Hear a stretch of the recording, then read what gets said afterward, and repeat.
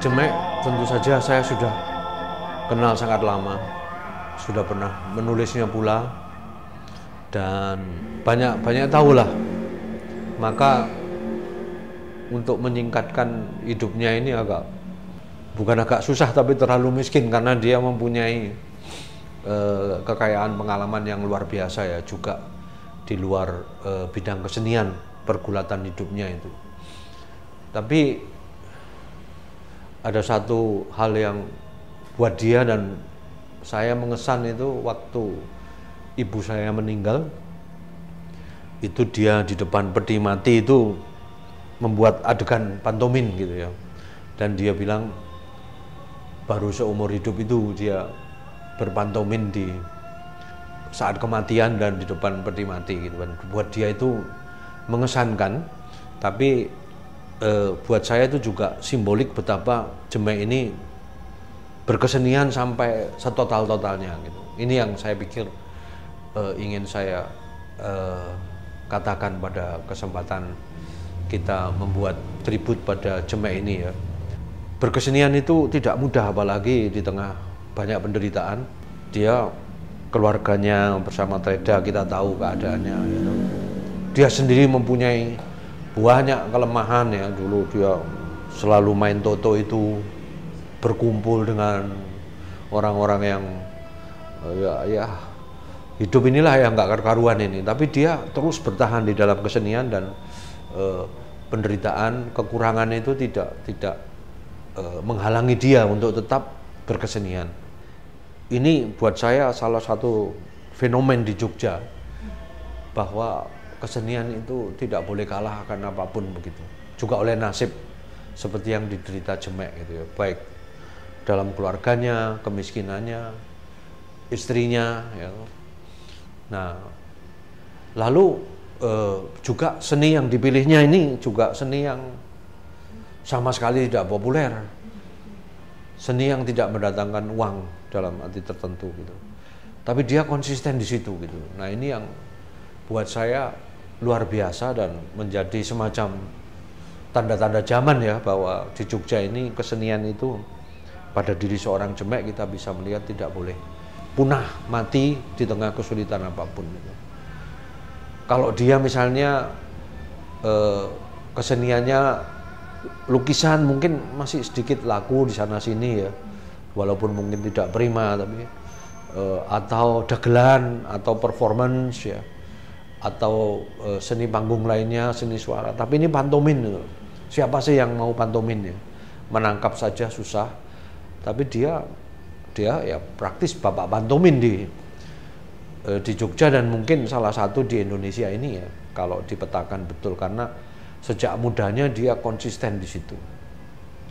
Konsisten, sangat konsisten, dan itu yang saya heran. Sudah hidupnya sangat menderita, sangat miskin dalam arti tertentu, lalu seni yang dipilihnya itu tidak mendukung sama sekali untuk menutup kekurangannya, tapi dia konsisten ini. Saya menarik pelajaran dari sini, ya inilah seni gitu loh, tidak boleh kalah akan apapun, dan menurut saya Jemek mendapat talenta, anugerah ini untuk bertahan, dan ini saya kira anugerah budaya, anugerah seni juga buat masyarakat Jogja ya. Ada seorang Jemek yang begitu konsisten itu. Dia sendiri memperagakannya itu tidak main-main gitu loh. Di tengah situasi apapun dia tidak mempunyai rasa canggung, apalagi malu untuk tampil. Bahkan seandainya hanya harus diam, berpantomin gitu ya, itu dia berani gitu. Dan kita tahu berapa sih honornya untuk itu ya. Tapi dia melakukannya dengan melaburi badannya, gitu. Totalitasnya ini loh yang mengherankan pada seorang Jemek itu. Seluruh gerak yang dipilihnya itu juga sesuatu yang sangat-sangat abstrak, dan karena itu memang sulit ditangkap, tetapi sangat reflektif kalau dia memperagakan sesuatu itu. Memang harus dalam suasana yang sangat hening, tidak mungkin di dalam rame-rame begitu, dan kelompok yang sangat terbatas yang bisa mengapresiasinya gitu. Nah, ini semua saya kira merupakan ekspresi dari pergulatan hidup dia ya. Dan itu saya kira sesuai dengan situasi batin dia yang sangat banyak menderita, dan hanya dia bisa ekspresikan di situ. Juga kenakalan-kenakalan ketika dalam penderitaan itu dia sempat bisa lepas. Itu ada cerita Jemek kayak gitu, mencuri di kuburan apa gitu ya. Seperti sekarang gitu, orang lihat maestro gitu kan. Ya, maestro tuh royal, ya, royal itu, ya. Asal orang tua maestro, asal daerah tuh entah apalah gitu kan, dikit-dikit maestro, banyak amat maestro gitu loh. Saya pikir maestro cuma satu, Picasso gitu loh. Di Indonesia nih kok satu truk maestro gitu. Nah gini, saya nggak berarti merendahkan, tapi istilah maestro itu memang menurut saya nggak perlu dipakai gitu. Ya. Berkesenianlah sebagai sesuatu yang biasa. Orang lain mencangkul di sawah, orang lain ke kantor, ini berkesenian, sudahlah selesai gitu loh, ya kan? Yang penting karyanya, gitu. Kita ngomonglah tentang karya seni gitu kan, gitu ya. Jangan orang itu istimewa karena jadi seniman. Nah terus jadi petani nggak istimewa, ya kan? Gitu. Di wartawan nggak istimewa, ya kan? Gitu ya. Saya kira semua ada risikonya sama kayak seniman, ya kan? Itu. Nah saya kira ini dia mendapatkan satu apa ya, pemanjaan juga, gitu ya. Yang cukup berlebihan, yang dia sendiri nggak mengendakinya sebetulnya, gitu. Ya, kalau Jemek itu ya pokoknya dia senang kalau bisa mengungkapkan yang dia inginkan gitu loh. Sudah melakukan. Malah buat dia nggak ada ungkapan gitu. Melakukan gitu ya yang dia inginkan. Ya. Nah, jadi saya kira tidak pernah pas masalah ini. Gitu, nggak pernah pas gitu. Dia kayak seniman tanda kutip, seniman besar gitu. Ya kan? Kita jangan seperti itu ngelihatnya. Coba kalau nggak ada teater, gimana Jemek? Dan ini yang terjadi dengan orang-orang seperti Jemek. Apa itu? Orang-orang yang tidak dimengerti oleh lingkungannya gitu loh. Sehingga itu istilah begonya autis lah gitu kan, atau apa kayak gitu. Lah si Jemek ini syukur dapat tempat gitu loh, ya. Yang mengistimewakannya, memanjakannya gitu ya. Dan kemudian ya dalam tanda kutip membesarkannya juga gitu. Nah, kita mesti ngelihat bukan sekedar soal Jemek gitu. Ya gitu loh. Tapi bahwa kebudayaan itu gitu kan, budaya modern Indonesia itu diukur oleh kemampuannya menampung manusia Indonesia itu gitu loh. Yang hampir semua orang itu kan tidak mengerti tempatnya lagi di dunia kayak gini ini gitu loh. Nah coba kalau Jemek itu kan ke pegawai negeri nggak mungkin, pegawai biasa nggak mungkin, ke apa nggak mungkin gitu kan, hanya di tempat ini. Nah banyak orang mengalami seperti ini sebetulnya, silang sengkarut yang dia jadi korban mental gitu loh. Bahkan ngerti dirinya sendiri aja enggak. Nah itu kan, wah itulah kegagalan kebudayaan gitu. Tapi saya bersyukur ya, kebudayaan Indonesia itu, kesenian modern Indonesia bisa memberi tempat untuk Jemek gitu. Nah itu, jadi bukan hanya romantik yang tradisional gitu kan, bukan hanya apa ya memanjakan seni kontemporer gitu, enggak, dapat juga Jemek ini gitu. Tapi saya ya memohon agar dilihat secara kritis gitu. Nah, gitu. Secara dialektis sehingga bukan hanya Jemek yang berkembang gitu ya. Tapi teater juga berkembang dalam menampung begitu banyak orang gitu. Ya, menampung begitu banyak orang ya.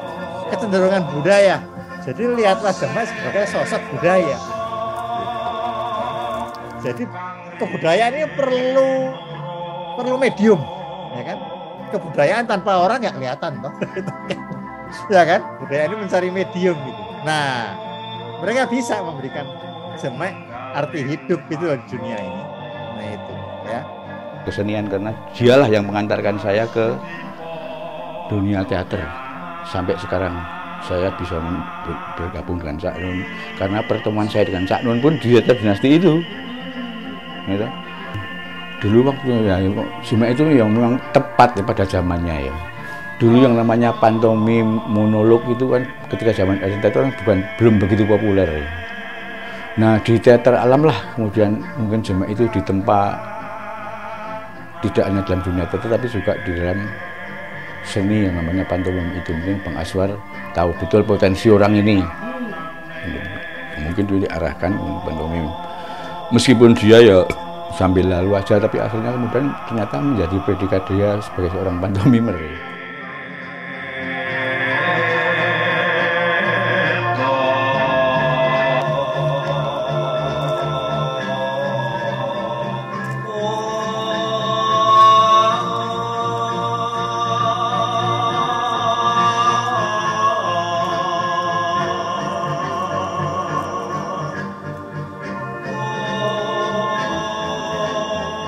Dia ternyata masih bisa terima, gitu kan? Diterima dan bahkan sekarang kan dirayakan, gitu kan? Ya berarti dunianya masih bisa bener, gitu ya.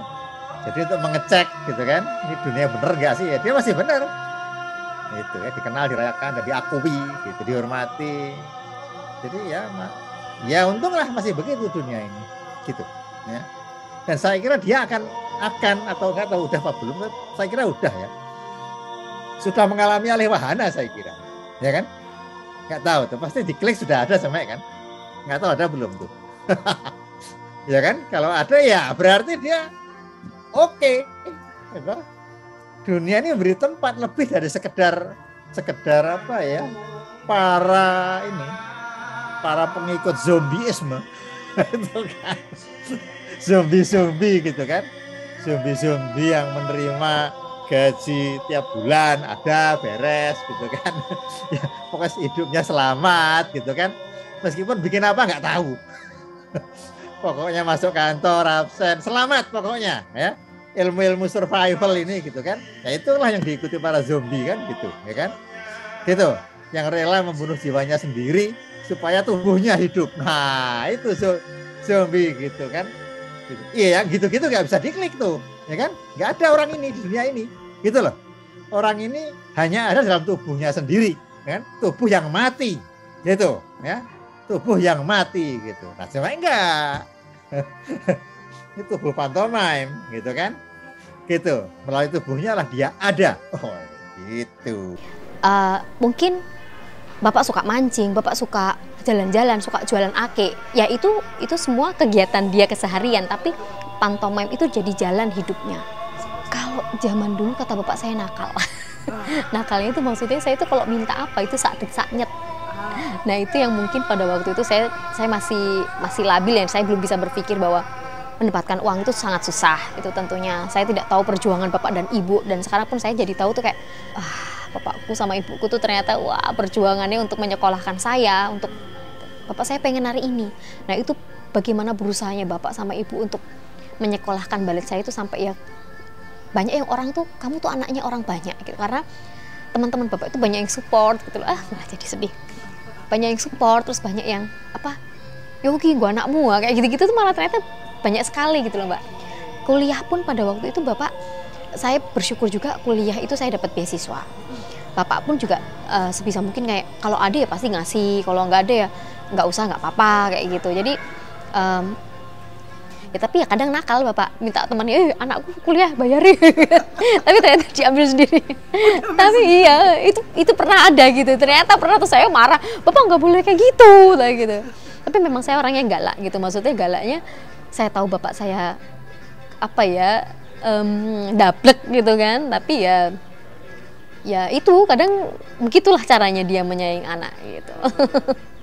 Iya, jadi pas pameran IFA di sini tuh Bapak kan juga diwawancarai bahwa pura wisata ini kan daerah-daerah hitam pada zamannya gitu. Nah Bapak tuh nggak secara langsung menerangkan, Bapak itu tidak pernah membicarakan tentang masa kelamnya kepada saya, karena menurut saya mungkin Bapak tidak ingin saya tahu. Tapi Bapak selalu support saya, menceritakan tentang ya kayak kalau kamu mau ke Senen tuh ya kamu berusaha dengan baik, jangan pernah merugikan orang lain, terus-terusan proses, berusaha kayak gitu. Jadi bukan cerita kayak Bapak kimbian kayak dingenek itu jarang sekali didengarkan kepada saya. Saya nggak tahu kenapa, saya nggak tahu. Mungkin juga Bapak menjaga perasaan saya agar tidak terlalu kembali atau mengikuti masa kelam atau ya itu sih mungkin kepikiran saya. Jadi yang baik-baik selalu Bapak ceritakan kepada saya. Perjuangannya Bapak ceritakan tapi bukan masa kelamnya kayak gitu. kalau kita melihat zaman sekarang gitu ya, ya itu harus balance gitu. Jangan sampai kita jatuh banget. Setidaknya kita mampu untuk berpikir jauh ke depan. Kalau bapak kan ya wes, aku aku seni wes, gawe iki. Terus bapak punya bayaran, terus nggak ditabung, habis itu main. Itu kan juga dilakukan bapak kan. Nah kalau saya melakukan hidup atau maksudnya saya foya-foya dengan apa yang saya dapatkan gitu kan, itu tidak mampu. Nah saya dapat pelajaran itu semua dari bapak. Yang baik ya saya ambil, yang tidak ya saya jangan. Saya selalu mengingatkan kepada diri saya sendiri bahwa ilmu-ilmu bapak itu sangat berguna bagi saya.